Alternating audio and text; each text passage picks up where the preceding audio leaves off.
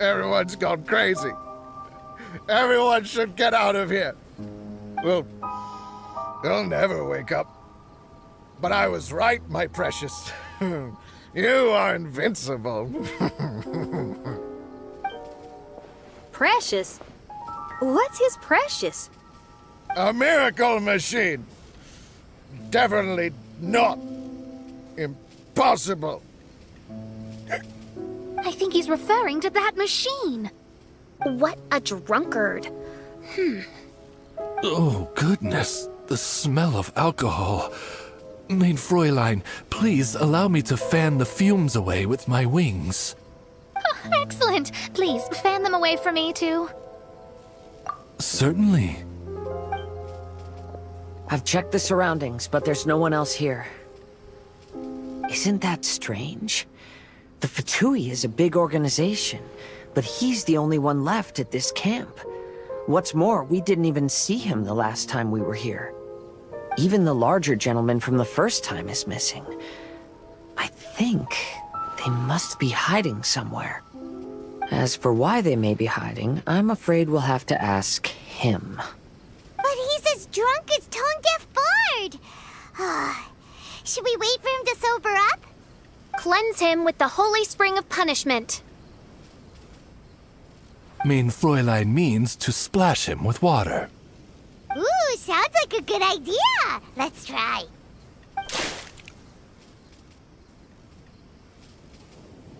Hey, he opened his eyes! Huh? Hey, are you one of the Fatui? Can you tell us what happened here and what that machine is for? Fatui? Ha! Fatui! Those blockheads from the administration will regret it now! That's what you get for rejecting my research and forcing me to conduct my research on this deserted island. My precious! My precious! Why is he crying? Looks like he has a lot of pent-up emotions. You mocked me! And my precious invention. You don't know anything about the future. Only my invention can help us conquer the world! Idiots! Such idiots! Ow! Don't hit me! I won't blow up the lab again. I'm sorry. I didn't mean to. This man's gone insane. There's no way we can communicate with him. He wasn't like this when we first met him. It looks like the effects have grown worse, to the point of driving him mad. My manuscript. Only that can save. Manuscript? Where is it? Don't yell at me. Don't yell at me. Fischl, don't yell at him. Then I'll... Let me try. Kind sir, look at me. Now, tell me, where did you hide your manuscript?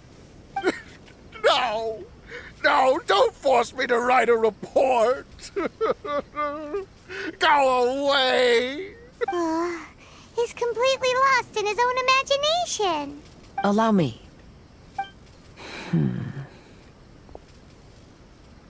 Please excuse me.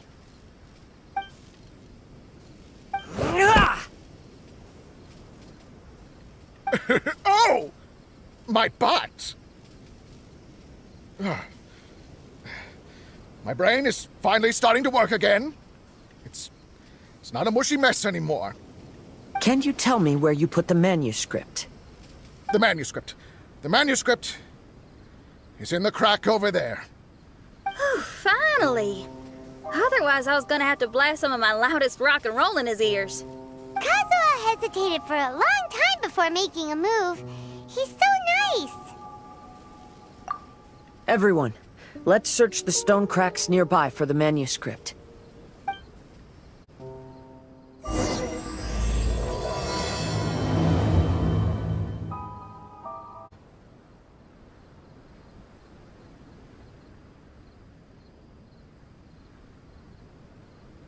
Found it!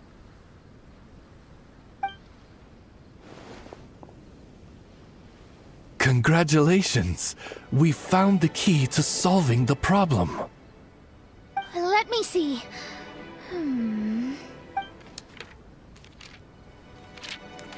Just as I thought. This machinery, named cognitive mimicry, is capable of altering the state of people's brains. It was invented by the researcher we met earlier. His name is Persikov. According to the manuscript, the Fatui officials did not support Persikov's research. They believed he had taken the wrong path. But Persikov insisted on putting his machine to use. In order to achieve that, he disassembled the machine and used his connections to transport the parts to this deserted island. How did they find this island? The Fatui's intelligence network is not to be underestimated. Persikov was dead set on carrying out his experiments on this island. Most of his subjects were junior Fatui soldiers who all signed a waiver beforehand. It looks like they really thought this machine would benefit the Fatui. How does the machine work? That's most likely top secret. The manuscript didn't reveal any details, but Persikov did mention that the machine was modeled after the power of a god. Does that mean there's a god connected to these dreamlike mirages, and the Fatui found a way to research it? Clearly. Otherwise, they wouldn't have been able to reproduce the god's power. Anyway, Persikov's experiment did not go as planned. The machine broke down just days after it was activated. They tried to fix it, but the technologically illiterate Fatui soldiers completely ruined the machine. Even its most important component of all, the crystalline cores, got ejected and disappeared. A testament to the importance of maintenance in all aspects of life. I believe we can all learn something from this. Persikov may be a mad scientist, but he didn't want to see his subordinates suffer. Besides, if he didn't solve the problem, he would end up going insane as well. As a last resort, Persikov went out on his own to look for the cores. But he was just a sickly researcher, unfit for the task. He had to give up. Then, Persikov went searching for the soldiers who had gone mad and strayed from the group, and took them to a hidden cave. I think that was where they were at the day we arrived on this island. Persikov was taking a strong Fatui soldier somewhere. Yes, it took Persikov all of his strength to get all the missing soldiers into the cave. He tried to snap them out of it with music and poetry, but nothing worked. We came here once, but there was no one around. Come to think of it, that must have been the day Persikov was busy gathering the soldiers into the cave. There's good news and bad news written on the last few pages. The good news is, Persikov managed to figure out the location of the crystalline cores by piecing together the snippets of information he could get from the delirious soldiers. The bad news is Persikov failed to revive them and eventually succumbed to the device's influence himself. The last few pages of the manuscript are just unintelligible drunken scribbles. It appears that the responsibility for this issue now falls to my retainers and I. There's a map in the manuscript. The markings should indicate the locations of the crystalline cores.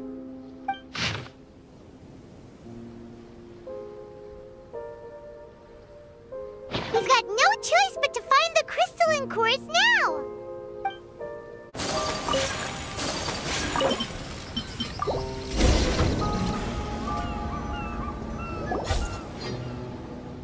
We've inserted all the crystalline cores, Mona. Is that all we needed to do? I think so. That's what the manuscript says, anyway. Let's give it some time. Hopefully it'll return to normal.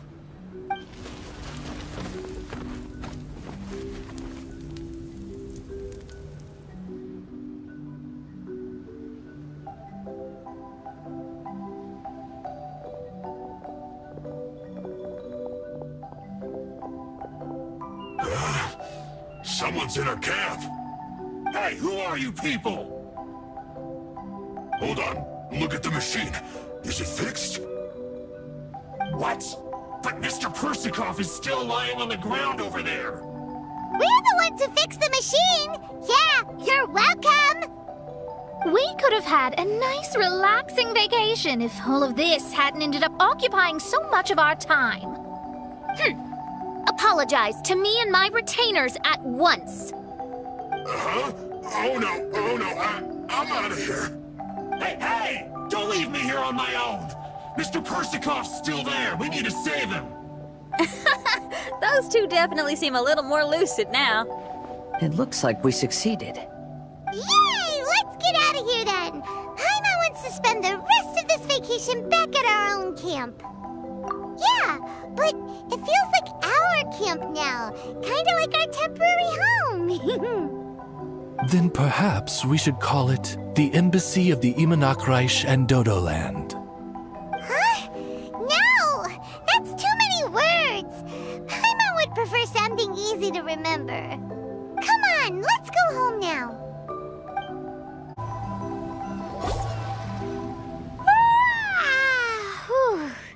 After coming home to a nice big meal, then having a long lie down, Paimon's finally starting to feel relaxed.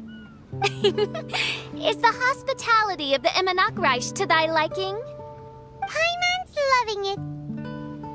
Wonderful. Main Fräulein invited you all here not only to witness the arrival of our Holy Land, but most importantly, she wished that you could all relax and enjoy the summer. Great. Well, I've come to the right place. I love it here. May this place become an eternal paradise. Main Fräulein says she hopes to go on more adventures with you here in the future. Of course. And you should come find me in Liyue when you get the time. I'll show you around. Oh, also, my friend runs the best restaurant in Liyue. I'm sure you'll love it. If you're into opera, you should go see Yunjin. She's the nicest person, and she likes making friends with new and interesting people. I'm sure the two of you will have plenty to talk about with your shared passion for theatrics. Oh? If Lady Xinyan speaks so highly of it, then I must entertain the idea. Traveler, I have a suggestion. There's a snack called roasted lavender melon in Inazuma, which goes rather well with fish. Why don't we roast some fruit and seafood for dinner tonight? Then it's decided. I'll go gather some more fruit. And for seasoning... Yep, that should do it. Ah, you're all here.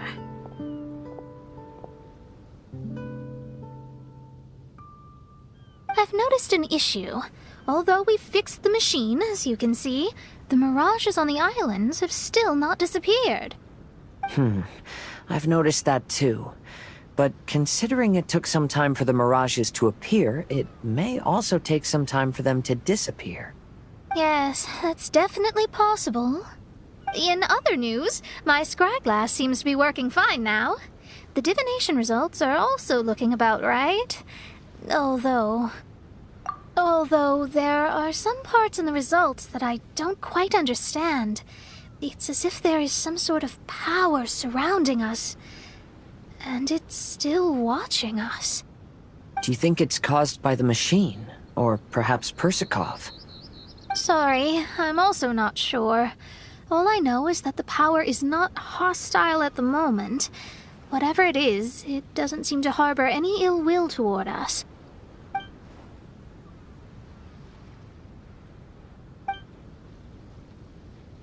Well, although there's nothing left to disturb us and we can finally kick back and enjoy our vacation, we still ought to be cautious while we're on these islands. I will keep seeing what the stars say every day. I promised Fischl that I'd be her guard. I can help. Good. I'll be counting on you. Goodness knows why those girls are so carefree about everything. I suppose it falls to me to be extra vigilant. Oh, coming.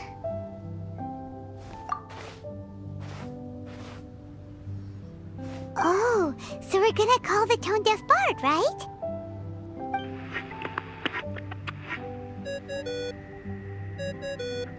Well, hello there, strangers. You finally called. I thought you were having so much fun that you'd completely forgotten about me. Nope. Oh, Tone Deaf Bard, a whole bunch of really strange things happened.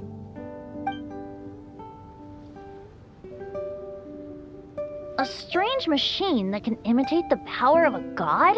Wow! I didn't know the Fatui had plans like that. Their imaginations are truly running wild. So, judging from your tone, it sounds like you don't know any more about this than we do. Alas, I am but a humble bard who sings for his Mora in the tavern. Why would I know anything about it? Ugh, so annoying. But other than that, did you two have fun? We did! We ate a lot of yummy food and saw loads of amazing things! It was really cool!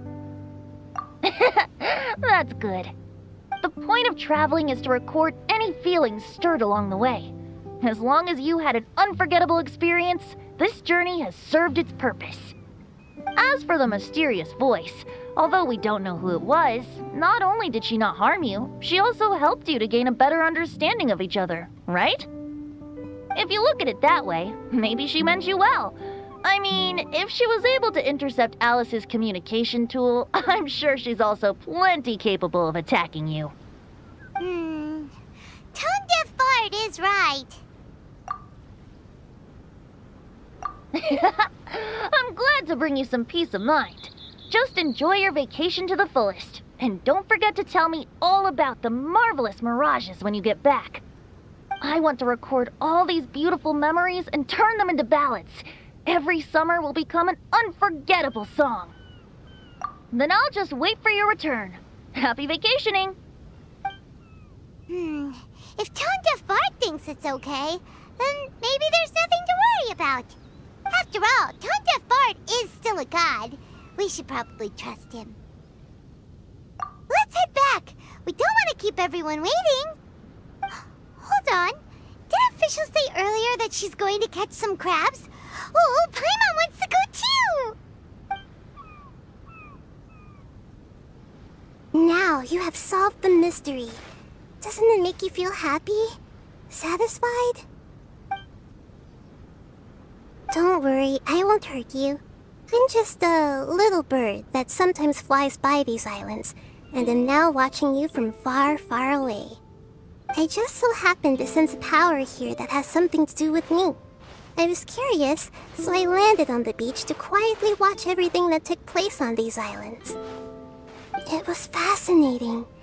The ones who came here to work were so busy, and yet I still saw genuine smiles on their faces from time to time. And then all of you arrived later on, bringing your glorious dreamscapes and wonderful willpower. Your dreams are like the pure and delicate bubbles floating on the water. The more beautiful the illusion, the more it fascinates me. I'm not able to travel myself, but I do admire free spirits like yourself. So, I helped them design a little something for you all. I hope you liked it. As I said, I don't have an agenda. I'm just a little bird. I stopped here to admire your lives, joys, sorrows, and all. You are a special person with a unique and brilliant glow. I decided to communicate with you in this way because I'm really curious about you. There's no need to wonder about my name. Maybe one day in the future, we will meet in another place. When that time comes, I think you'll be able to recognize me.